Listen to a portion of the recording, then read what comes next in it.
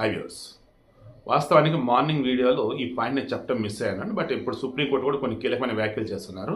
ఇవన్నీ కలగలిపి ఇప్పుడు నేను చెప్తున్నా. ఫస్ట్ పాయింట్ ఏంటంటే, ఆ రోజు ఆమె మార్నింగ్ 10కి ఆసుపత్రికి వచ్చింది. ఎవరు? Calcutta doctor. That means August 8 morning 10కి వచ్చింది. మధ్యాహ్నం 3 గంటలకు లంచ్ చేసింది. నైట్ 2కి డిన్నర్ చేసింది.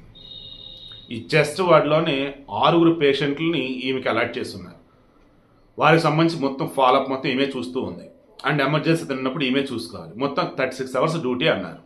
నేను జస్ట్ ఇందాకే మెడిసిన్ చేస్తున్నటువంటి ఒక పర్సన్కి ఫోన్ చేసి మాట్లాడున్నాను. తను చెప్పింది, అన్నయ్య ఇట్లాగే డ్యూటీలు వేస్తారు, బట్ నథింగ్ టు వరీ. వర్క్లో ఉన్నప్పుడు నేర్చుకోవడంలో ఉన్నటువంటి దానివల్ల మాకు అంత అనిపించదు. గవర్నమెంట్ మెడికల్ కాలేజెస్లో ద బెస్ట్ అనేది మనం నేర్చుకోవచ్చు అని చెప్పింది. సరేనమ్మా అన్నాను. మరి అక్కడ ఉన్నట్టు ఇక్కడ కూడా ఇబ్బందులు ఉంటాయి. అదేం ఉండదు, ఫుల్ సపోర్ట్ ఉండేది ప్రొఫెసర్ నుంచి, డాక్టర్స్ నుంచి. అండ్ మాకంటూ క్యాజువల్ రూమ్ కావచ్చు, మాకు సెపరేట్ రూమ్స్ ఇవన్నీ కూడా బాగానే ఉంటాయని, ఇబ్బంది ఏమీ లేదు అని చెప్పేసి. Okay fine. ఇక్కడ పాయింట్ ఏంటంటే, ఈ అమ్మాయికి సంబంధించి సరైనటువంటి వాళ్ళు అక్కడ రూమ్స్ లేకపోవడంతో సెమినార్ వల్ల రెస్ట్ తీసుకోవడానికి వెళ్ళింది. ఆ రెస్ట్ తీసుకోవడానికి వెళ్ళినప్పుడే అంటే నైట్ డిన్నర్ 2ంటికి అయిపోయింది. ఆ తర్వాత 1 అవర్ అయిపోయేమో ఇది. ఆ తర్వాత 3కి పడుకుంది. ఇష్యూ జరిగింది వచ్చేసి అరౌండ్ 4 అప్పుడు. అది వచ్చేసి మనం మార్నింగ్ చెప్పుకున్నట్టుగా ఆమెను ఎవరైనా చంపి స్నానం చేశాడు కదా డాక్టర్ ఎవడో వాడా, లేదా సంజయ్ రాయ్ కూడా విచారణలో తేలాల్సి ఉంది. తర్వాత సుప్రీంకోర్టు ఇందాక ఏం చెప్పిందంటే, సిబిఐ వాళ్ళని మేము మీరు చేస్తున్నటువంటి ఇన్వెస్టిగేషన్ మధ్యలో ఏలుపెట్టాం, కానీ కలకత్తా వారికి సంబంధించి ఎక్కడెక్కడ కేసు డైవర్ట్ చేయడానికి, డైల్యూట్ చేయడానికి, అండ్ మీరు కూడా సాక్ష్యాలు వాళ్ళు తారుమారు చేస్తున్నట్టు మీరు చెప్తున్నారు కాబట్టి పని చేయండి. ఫోరెన్సిక్ రిలేటెడ్ మీరు ఏదైతే కలెక్ట్ చేస్తున్నారు శాంపిల్స్ అవన్నీ కూడా all Indian institute of medical sciences ఢిల్లీకి పంపండి అన్నారు.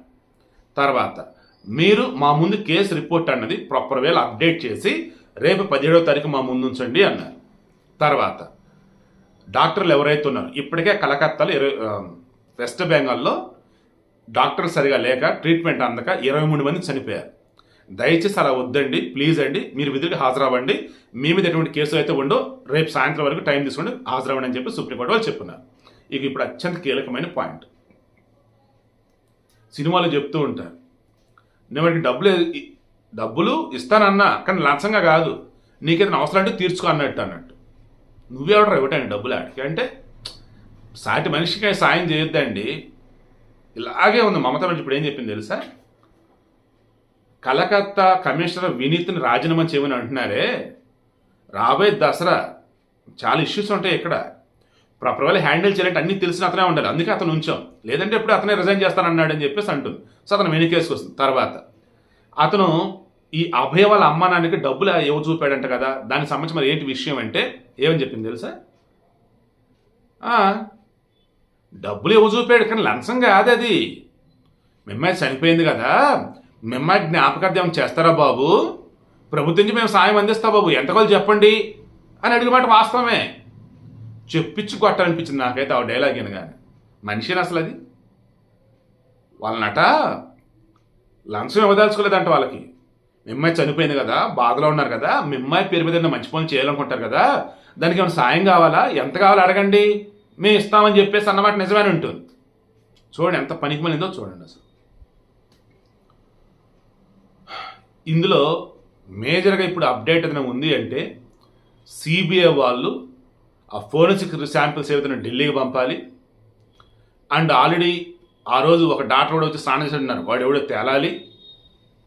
ఈ ఆర్జికర్ ఆసుపత్రిలో జరిగినటువంటి ఆర్థిక అవకతవకలు అవి బయటపడాలి.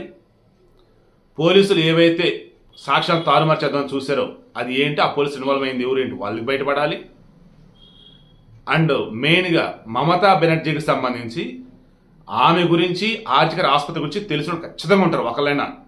వాళ్ళు సిబిఐకి వెళ్ళి ఇన్డెప్త్లో ఉన్నటువంటి ఇన్ఫర్మేషన్ వాళ్ళు కానీ ఇవ్వగలిగితే ఆల్మోస్ట్ కేసు సాల్వ్ అయినట్టే.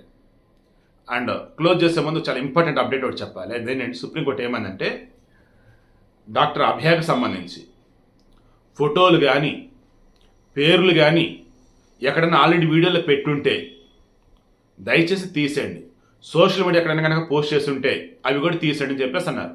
నాకు తెలిసి top most channels, YouTubes, social media platform చాలా వాటిలో ఈ డాక్టర్ అభయ ఫోటోలు పేర్లు అవన్నీ వచ్చింది. ఈవెన్ నేను స్టార్టింగ్ రోజు నేను కూడా పెట్టున్నా. బట్ నేను పెట్టిన పర్పస్ ఏంటి, ఆమె ఎవరు ఏంటి అసలు ఎలా ఉంది ఇన్సిడెంట్ ఏం జరిగింది ఏంటి ఎక్స్ప్లెయిన్ చేసుకుంటూ పెట్టినప్పుడు కొంతమంది అన్నారు అలా పెట్టకూడదు కదా ఒకసారి క్రాస్ చెక్ చేసుకుని మీరు అన్నారు. ఎస్, నేను ఇప్పటికీ చెప్తున్నా, నా వల్ల ఏదన్నా పొరపాటు జరిగిన నేను క్రాస్ చెక్ చేసుకుంటానండి అన్నాను. ఆ రోజు ఏం చెప్పాను, లాయర్ని అడిగి ఇన్ కేసు నేను వద్దంటే తీసేస్తానన్నాను. ఎస్, నేను ఇమీడియట్ తీసేస్తాను అది. ఇప్పుడు కూడా నేనేమంటున్నానంటే వ్యూస్ వస్తున్నాయి కదా ఏం కాదు నేను ఉంచుతానని అనకండి. ఏం కాదు మాకు తెలియదులే మేము ఉంచుతామని చెప్పేసి అనకండి. మనకు తెలియనప్పుడు ఎవరైనా చెప్పినప్పుడు నేర్చుకుందాం. అండ్ మెయిన్ థింగ్, కోర్టులో చెప్పినప్పుడు కూడా ఇంకా ఏం కాదని అన్నారంటే మీకే చాలా ఇబ్బంది. దయచేసి జాగ్రత్త.